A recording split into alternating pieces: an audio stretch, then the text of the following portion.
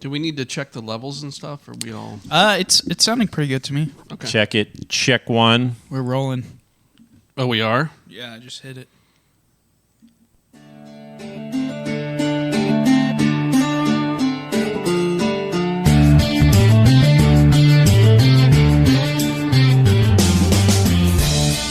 Well, hello, Kevin and Andrew.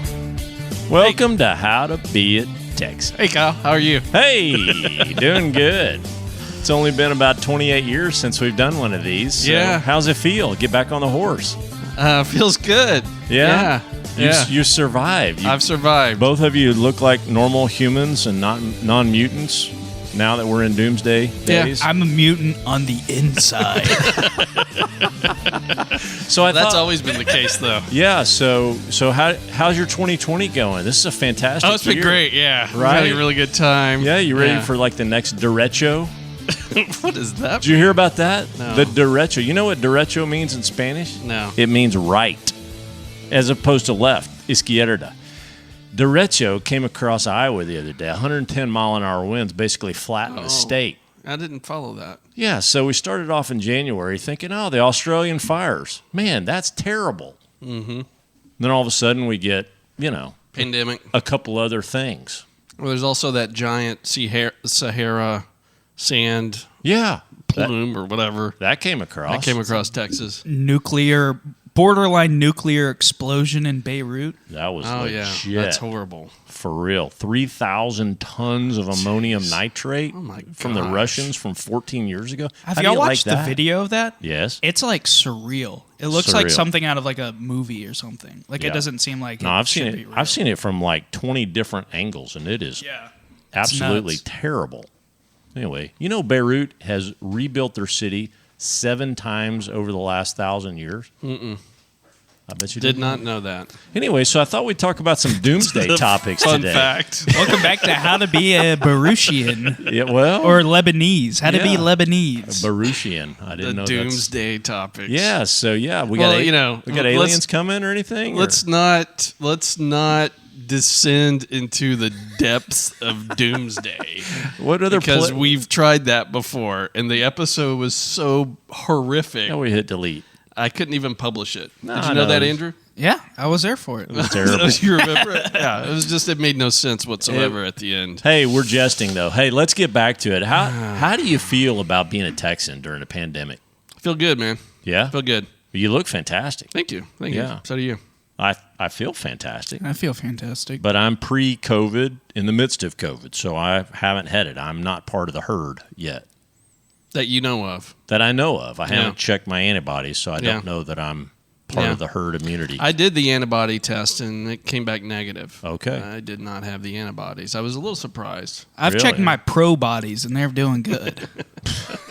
They're not anti, but they are pro. So Well, that's good. Well, how's pro the opposite of anti? Anti. Oh, pro. Okay. yeah. All right, never mind. I'm going to have to edit that out. I'm thinking like professional, like pro football. Oh no. That's All right. Sorry. I got to edit that whole section out. No. It was no, it's fine. ridiculous. It's fine. But Okay. I thought I would have the antibodies because we were I remember in that. California prime time. I spent That's right. a week in the Bay Area. Then I flew home for a day, went to L.A. with the girls, flew home for a day, went back to the Bay Area. Yeah. Flew back that Friday. Then they shut down Santa Clara Right. that next day. No, you went in. I flew home on the 14th, I think. You went in and out of a couple of hot spots. Oh, and- yeah. It was the Bay Area and L.A. Yeah. Yeah. Yeah, we were So- at Disneyland like a couple days before they shut it down. Wow. And now we're living in the hot spot. Yes. Well, yeah. that's yeah, right. That's crazy. Yeah. It's crazy. Okay, so today, getting back into our normal flow of things, we thought we'd talk about, and we'll relate it back to the pandemic, because how can you not talk about pandemic-related things during a We pandemic? could just pretend like it never happened. Well, we could, but I don't want Like to. we just took a long break again. Yeah. Well, we did take a long break because this was affected both of our families. Well, we usually do a spring season and a fall season anyway. So this is kind of like season 4 or 5. Yeah. Well, but this really shut both of our families down. I mean, this has been a scary time. I mean, I'll be honest. It shut everybody down. Yeah. It shut everybody down. So it's. I had a scare with my parents. They both had it. They did. And they would not have known had they not been required to be tested, because my mom's place where she worked had to shut down because somebody else was infected. Oh, my goodness. So they were required to go get a test. It came back positive. And my Oh, dad my did too. But they never had any symptoms. And now Wow. after three rounds of testing and being home, they are all in the clear. So good. Yeah. This is a They look scary. great. It's I just tell you, it's crazy. a scary And they're one. both in that high risk category. Oh, yeah. Both Yeah. age-wise and health-wise. Oh, yeah. So I've been paranoid about them anyway. And then Oh, yeah. I got a text from my mom one day. Hey, I got COVID. I I'm like, got the "What?" COVID. Call her on the phone. She's like, don't worry, I'm fine. You're not fine. Oh my gosh. Yeah. It's crazy. COVID-19. Yeah, exactly. That's right. Well, these are scary times, and we're in the midst of it. So we're in August, and I still think we're in the midst of it. So, what's your? Have you been reading about all the vaccine race and all that? Not recently. I'm probably about a month behind on that. Yeah, I'm staying up. I don't know exactly how many kind of competitors. It's like a horse race, Of course, Putin is saying, is it Putin or Putin? I don't know how you say know. it. I don't know. I say poop in. I like Poopin'? I like to say Yeah. Putin. I like saying pooping. Well, Putin injected his daughter the other day. Did you read that? No? He did. Oh my gosh. So he's racing to the front, saying Russia already has it, and Oh, my and gosh. I'm so confident that I'm injecting my daughter and all essential Russian workers. Wow. And something I thought that it was Sounds interesting to me. something I thought was weird is that it's called Sputnik, which is the same Oh, that's name right. as like all of their satellites and stuff. Well, that was their leading rocket. Yeah. So anyway, I don't know. How have they had time to actually do No, they didn't. They passed Testing all the human trials, which are going on right now by Oxford and AstraZeneca and all the others that are going through human trials, phase 3 human trials right now.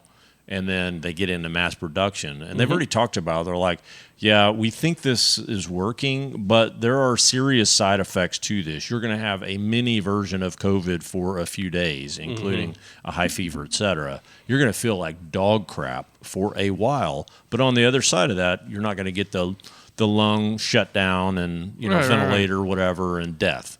But you're saying Russia just passed all that testing steps. They blew past it, and the theory is that they sent mega spies in to go get Oxford and AstraZeneca and the other users all their formulas, and they baked it all into whatever they did, and they just threw it They out said we there. don't need to test it. We don't need to test it. Testing is a double-edged sword. I guess that's what they thought. I guess that's what Putin thought. I guess so. Yeah. So anyway, I think we're as opposed to. Do you know the last true vaccine? You know how long it took for us to get that in production? How many months or years? I have no idea. What's your guess? Let's say years. How many? Well, what was Can- the last one? Was well- it AIDS? Was it HIV? no, was we, it the last one? No, we don't have an AIDS vaccine. There's some kind of treatment or What there's would the treatment. virus be? Or does it even matter? No, I don't know. It may be chicken. Like for example, chicken pox. I don't know. Maybe or like polio, maybe. like Well, no, we got that one a 8 long years time or ago. something. Yeah. What's your guess? That's 8. What's your guess? I don't know. I'll just make something up. 12 years, 26. 26. Whoa. 26. It took 26 years to get the last pure vaccine done, and we're going to do it in less than a year. Yeah, but that was in. You said that was in the early 1900s. It was from the 60s. No. This is fairly recent. So it took from the 60s on through the 90s to get the chickenpox vaccine. No, I had a chickenpox. Oh no, we all just got chickenpox, didn't we? Yeah. No, we all had it as kids. Yeah. And then you just, and then we get to look Are you forward sure about to these facts? Because fact checker's going to be 26 years. all right. Yeah. For yeah. the chickenpox virus. No, we get to look forward to shingles. Chickenpox turns into shingles later in life. Isn't that I've already had something? shingles. Yeah. Really? Yeah. We talked about this once before. Okay, I forget. I had it when I was 18 years old. Okay, that's totally. I just went ahead and got it out of the way. That's atypical. Wow. I don't think I ever had Whatever. shingles. You've had the vaccine probably. Don't you think Andrew would have had the chickenpox vaccine? The chicken. I had pox. chicken pox. You had chickenpox? I'm pretty sure I had chicken pox, but I don't think I ever had shingles. Yeah. No. Well, you may get it later. No, you get that as an old guy. Yeah. An 18-year-old having it's weird. Yeah, it was weird. Aaron's had it though. What? Aaron had it, I think, last year. Oh my goodness. Okay. Just get it over with. So Come on, Andrew. All right, I'll get out there. I'll figure it Okay, out. so anyway, this whole pandemic thing, we're looking forward to the vaccine, whether Yes. it's Putin's or whoever's.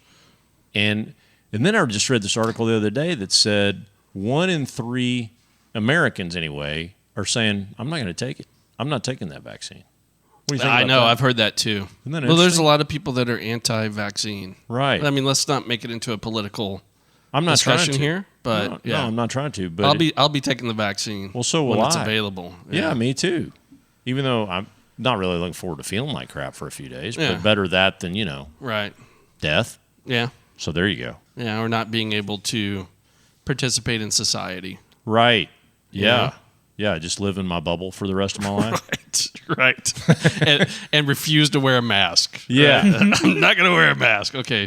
Go sit in the corner for the next 20 years. Yeah. Now, isn't it interesting what's come of that with just the anger over just a mask? The mask. Yeah. I was telling you that example earlier about there's a powerful. So I work in healthcare, and there's this powerful story about this this very attractive young female, and she's a flight nurse for like Care Flight or something, and she's getting, and it shows her this video of her, and she just dropped off a COVID patient to a trauma unit, and then she's basically undoing all these 9 layers of crap that she's got to wear to protect herself. And then she gets out and she's just sweaty mess down to her scrub, and she's just like, just wear a mask. You know? Yeah, How stupid is that? Exactly. Anyway. So to reset, I thought it'd be fun to talk about doomsday scenarios and just, I'm just kidding. We're not going to. We're not going to. We won't talk about that this time because we tried that once. But one thing that I do think is interesting is because of the pandemic, the last pandemic we had was in 1918, the Spanish flu. Mm-hmm. It came through and it just wiped out 600,000 Americans overnight. Mm-hmm. It was like a flash fire. Mm-hmm. But then I just saw this picture yesterday of like a 1918 college football game. With people wearing masks. Isn't that interesting? Yeah, I've seen that. Yeah, I just wonder, was that, you think that's a real picture? Oh, it's absolutely real. Yeah. I'll be darned. And there was, I've read a little bit about, there was some anti-mask kind of stuff back then, not quite as bad as it is right now because they didn't have social media to flare it up. But people smoked a lot back then, so Right. I read stories of people would kind of drill a little hole in their mask so they could stick the cigarette through. And I also read that they were made primarily just out of gauze back then. They didn't have the same kind of materials that we had, and so it's questionable how effective really it was? effective they were. Yeah. Okay. Yeah, but no, that was a real thing. Yeah. As far as I can tell, that was real. Okay. So that literally 100 years ago. Yeah. Okay, so what I thought we'd talk about today was some of the changes. This pandemic is, in my mind, this is one of these timeline stakes in the ground in my lifetime, in our lifetime, like a 9/11 or like a World War II or something like that, where it's a marker in time where you're going to say, oh, well, I survived the pandemic, or I remember where I was on 9/11 when the tower, all that. I think the pandemic of 2020 is one of those markers in our human era that we're going to look back on. One of the questions I had for you was, as a good Texan, what do we think are going to be lifestyle changes that occur and permanently change as a result of the pandemic? Mm-hmm. Okay, go. What are they? I think there's going to be a lot. I do too. Well, I do too. I mean, I know we have a list here, but before we kind of dig into the list, I mean, I've already seen, I think the way that, travel is done will be changed permanently. Me too, because you and I both are business travelers, and that just came to a screeching halt. Yeah, it's probably the longest stretch that I've had without travel that I can remember. Me too. Within like the past, 10, 15 years. Ever for me in my professional career, I've never stopped like I have now. Yeah. So there's that, but even before we kind of dig into that stuff, but even just kind of around the house and our routine here has changed. And I think it'll permanently change. Yeah, like you don't shower. No, not really, because I don't get out much. So I'm kidding about that. Of course, so showering's not really wondering what that required. stench is. Yeah, it's me. But no, like we just don't we used to want to go to restaurants all the time. Yeah. Right? And we just don't really think about that much anymore. We haven't consciously said, hey, we don't want to go to a restaurant, but we just don't think about it that much. It's like our routine has completely changed. Yeah. And so I wonder, though, is that because of COVID, or is that because, and is that going to bounce back? Is everybody going to bounce back, or is that a generational thing where, like, you and I are in this generation of the, 50-year-olds, and we're just more comfortable in our own skin, and we got plenty to do and plenty to worry about. And and then I just worry about Andrew, maybe your generation of the younger men and women, where, like, I like being out. I'm keep going out, and this is really cramping my style. What do you think? I think for some things, it'll kind of stay like not as busy, but I think other things will bounce back. Yeah. Like, I think stuff like concerts and stuff. I think those sorts of things will definitely bounce back. Well, people love to have fun, and they love having fun together. Yeah, but I think restaurants may not be back to the same capacity that they were before. Yeah. At least with dine-in service. Yeah. I'm sure that, like, they'll still stay just as busy with, like, curbside stuff and maybe, like, Uber Eats delivering, like, their food to different places. Yeah. Yeah. But in terms of, like I don't really have a need to go sit down in a restaurant anymore. Right. I enjoy sitting in coffee shops, and I still do that. But, like, the coffee shop that I go to is the same one that I work at, and all of the tables are socially distanced, and everything stays clean, and people wear masks in there. Nice. So I know that it's like that's at least like a safe environment for someone to go and hang out for a little bit. Right. Yeah. Yeah. Right. But, you know, in a lot of ways, Andrew's generation and the younger were made for all this remote communication. No and, kidding. You know, technology. That's just kind of like what they do. No kidding. Boy, that's a great observation, because you and I have adapted and evolved to, you know, technology and our phones and all this, but we grew up, all we did was play with each other, you know, like play with kids and get our bikes and go and do whatever, and we were always around other people all the time, or at least I was. Yeah.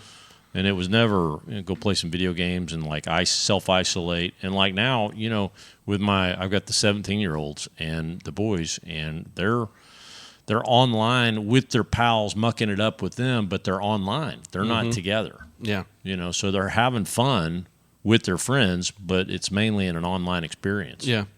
Do you know how the online dance party shows that Aaron has done, how those work? Because I think that's fascinating, and it's something I can barely even wrap my head around. Well, a lot of them, some of them will be on Twitch. So a lot of times, like, there are different, like, promotion companies that I follow, like, on Twitch or YouTube. Like, one is called Insomniac, and they do a lot of, like, big EDM festivals and stuff. And they've been live streaming DJ sets. And so they have, like, a little, like, a room, basically. And they have all of the cool lights and stuff like you would see at a show, but it's just them in the room. And then there's a DJ booth, and then they're DJing. So there's one thing. But then there's also, there have been a lot of Minecraft festivals going on, which is pretty cool, where they'll either have, like, a Twitch stream with the music, all of the music and stuff, or it'll be on their website. And then along with that is a Minecraft server that you can log into, and then you're in there with, like, a bunch of other people, and then there's a stage, and then, like, the people performing will have, like, their own characters up on the stage, just kind of jumping around and flinging their arms around, and everybody's in the crowd jumping and swinging their arms, and it's cool. There's, like, a lot of cool little fun that is cool things you can do in those servers and stuff. So. Yeah. So Aaron did one of those shows, and it generated thousands upon thousands of downloads of Aaron's music. Awesome. And I was just trying to wrap my head around, it's in Minecraft? Yeah. But apparently it was like this music festival that was, like, promoted, like a legit music festival that was promoted. Right. Lots of people attended it, and Aaron had the opportunity to perform in it. No, through that's this awesome. thing. That's awesome. It's just crazy. And I've heard of other like concerts within Fortnite, like for Yeah, example. Fortnite has done one. Like there was a Travis Scott concert inside of Fortnite. Yeah. Isn't that cool? It's hard for me to wrap my head telling around. you what, It's really neat. People are so freaking smart, though. They figure out ways. Back to my river. The river keeps running. People want to be entertained. They want to be with other people somehow. And so, pandemic, they can't. So they figure out a cool way to do it. Yeah. Anyway, that's cool. Yeah. So a lot of that, and we'll talk about some of these things. In my mind, we're moving towards change anyway. Mm-hmm. The pandemic was just the shove in the back, to do a Thelma and Louise off the cliff. Yep, that's right. That's right. And so, yeah, even like Zoom. I was talking about Zoom. I was telling my dad a story this morning about the story's not relevant to this, but we were using Zoom with video a couple years ago. yeah, but it wasn't like. It was kind of like, we would kind of do it, or sometimes we'd still just have a conference call. right. Kind of hit or miss kind of thing.